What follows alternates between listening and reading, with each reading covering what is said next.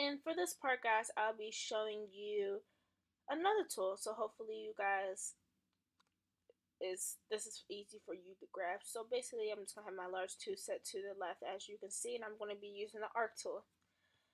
So the arc tool is a 3-step process. So you start with the arc and you first click and then click again, and then you pull out the radius of the arc as you can see. And you can move it either up, down, to wherever you want the arc where it wants to be. And then when you click again the third time, that's when the arc is actually set, as you can see. So it's pretty simple on how to make an arc, and when you're pulling out the radius of the arc, you just want to watch the inference direction. Just make sure that it's easy for you to learn how to pull out the radius. But this is just a 3-step part, which is pretty easy for you to understand. And basically right now, I'm just going to draw a shape so you guys can see. Oops. Just drawing a shape so you guys can see how the radius can sit. So I'm just clicking one time, clicking another time, and as you can see, the radius is green. So that shows you that it is like correctly symmetrical to everything that you have done.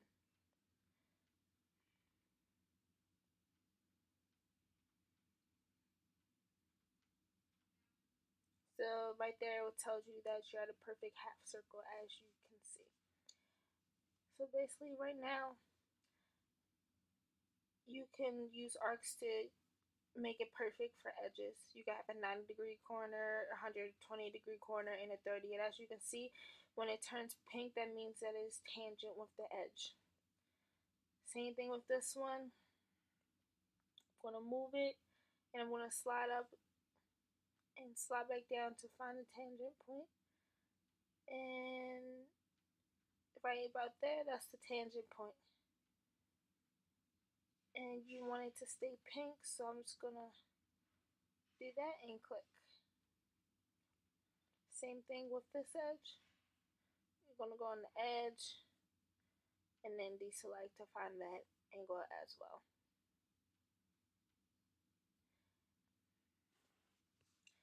And it's really easy to make edges, as you can see. And if you want to make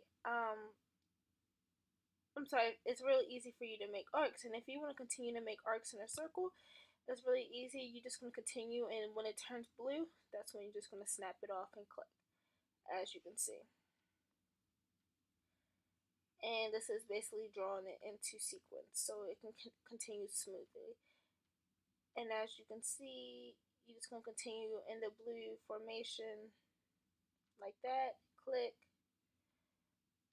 click again, and you can continue into session and make it as many swirls as you really want to.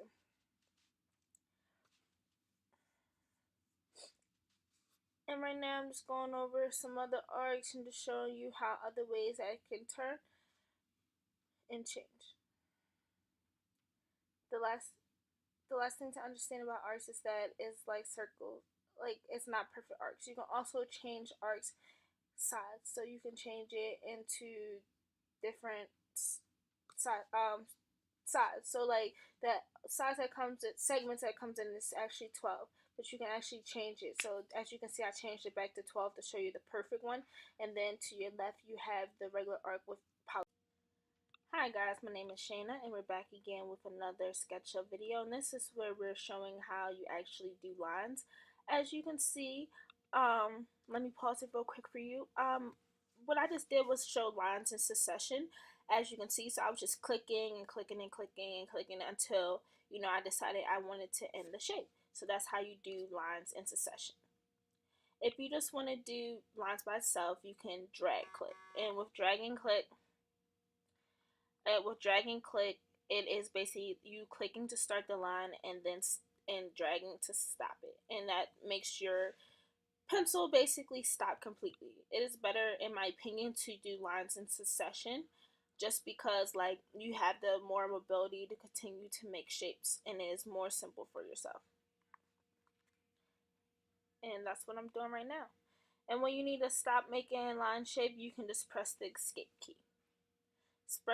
pressing the escape key just automatically clips off the access. So as you can see right there, clicking escape and gone, and you can start whatever you want to again to make any lines. I'm just going to delete that. And basically the blue, green, and red lines can be used for inferring lines. And see, when you make a line in the color that we access, it turns that color. Lines can also be used to make surfaces and also divide surfaces, as you can see. When a line turns pink, that means it's tangent with its side.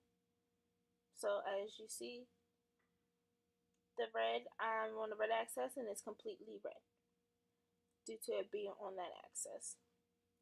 You can type in the length that you want it to be, just like I did, 5M, and there it goes. And then if I go the green way and type in 12 inches, as so, that'll be 12 inches.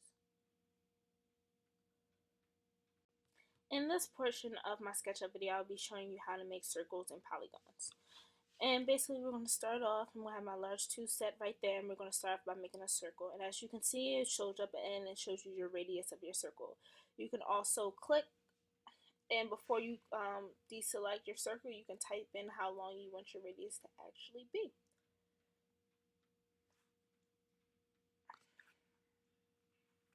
So I just made the radius 12, which you can also do that, but you want to make the circle complete and then type in what you want the radius to be.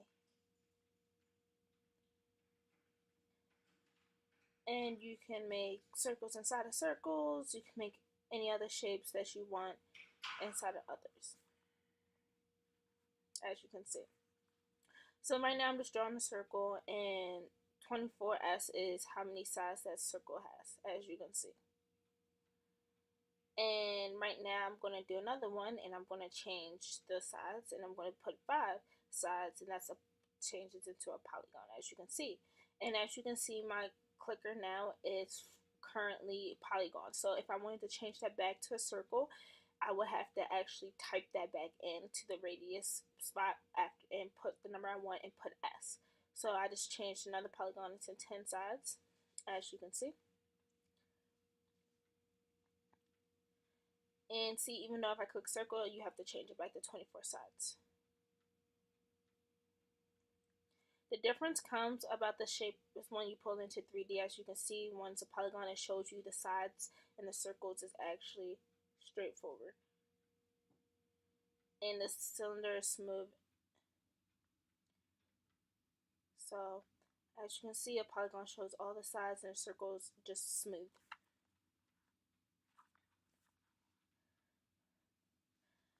So the circle tool has 24 sides by default, and when you change that to 5 or any other what you want to do, you just have to change it back. And now I'm just currently making shapes inside of other shapes. And you can reference to the center and hover over the edges, as you can see what I just did, to see how many sides that it actually has. You can also right click, option and right click, and go to entry info, and it tells you the radius and how many segments that shape has as well. So this segment has 24 sides, just like a regular circle.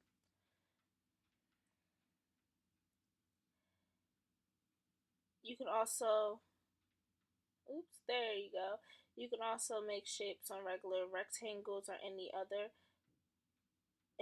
shapes that you would like to. As you can see, a circle would be like that.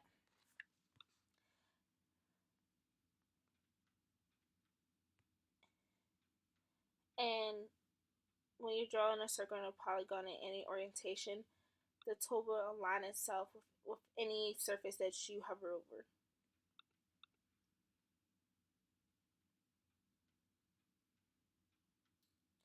You can lock the orientation by holding down shift, so when you're going to different shapes that it stays in that orientation. So right here, just clicking shift and it will stay right up just like so, going up. Hey guys, and for this one I'm going to be showing you how to draw a rectangle. So basically you're just going to start out and you're going to go to your Make sure your large tool set is showing, and after you do that, you want to make a square, and you can use this by either putting dimensions or just eyeballing it. So I just eyeballed it, as you can see, and I'm just going to draw a couple more, and I'm going to raise it, as you can see. And I'm going to show you how you can put a square on the face of the surface. And I'm also going to show you that you cannot intersect squares like so, because if you do that, it's intersecting. However, you can attach the square like so above it on the intersection. So, like how you drew your face right there, you can draw a rectangle like so, how it's on the endpoint, and drag it up so it is not intersecting in between squares. So as you see, that is what it looks like. You cannot do this intersecting because it will not work.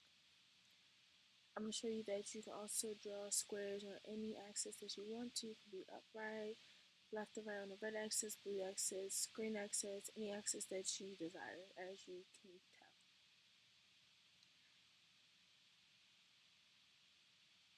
The next thing I'm going to show you with drawing a square is that to make it accurate, you can also type in dimensions if needed.